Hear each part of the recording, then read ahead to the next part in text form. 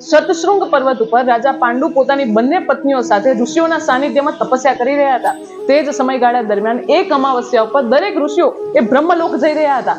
રાજા પાંડુ પોતે તેમની સાથે જવાની પોતાની ઈચ્છા પ્રગટ કરે છે ત્યારે ઋષિઓ કહે છે કે હે ધર્માત્મા, તમારા શિરે હજુ પિતૃ ઋણ છે, જેના માટે તમારે સંતાન ઉત્પત્તિ કરવી પડશે, ત્યારબાદ જ તમે બ્રહ્મલોક આવી શકશો. આ વાતને જાણીને પાંડુ પોતાના શ્રાપની વાત જણાવે છે, જેનાથી અવગત થઈને ઋષિઓ કહે છે કે અમે જોઈ રહ્યા છીએ કે તમારા તો દેવતાઓ સમાન પુત્ર છે અને અમારા દ્વારા કહેવાયેલી વાત કદી મિથ્યા જતી નથી.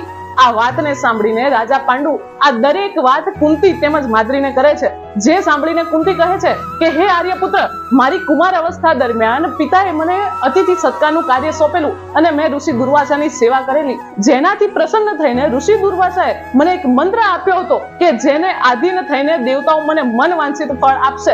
માટે જો તમારી આજ્ઞા હોય તો હું તે મંત્રનું આહ્વાન કરીને સંતાન પ્રાપ્તિ કરું. આમ પાંડુના કહેવા ઉપર ધર્મરાજના આહ્વાનથી યુધિષ્ઠિર, પવનદેવથી ભીમસેન અને ઇન્દ્રદેવથી અર્જુનનો જન્મ થાય છે અને પાંડુના જ કહેવા ઉપર આ મંત્ર કુંતી એ માદ્રીને આપે છે, જેથી માદ્રી એ અશ્વિની કુમારોનું આહ્વાન કરીને બે જોડિયા ભાઈઓ નકુલ અને સહદેવની પ્રાપ્તિ કરે છે અને તે દરેકનો જન્મ એક વર્ષના સમયગાળે થયો હતો. અને આ જ સમયગાળા દરમિયાન હસ્તિનાપુરમાં શું થયું તે જાણીશું આગળના વિડીયોમાં. રાધે રાધે.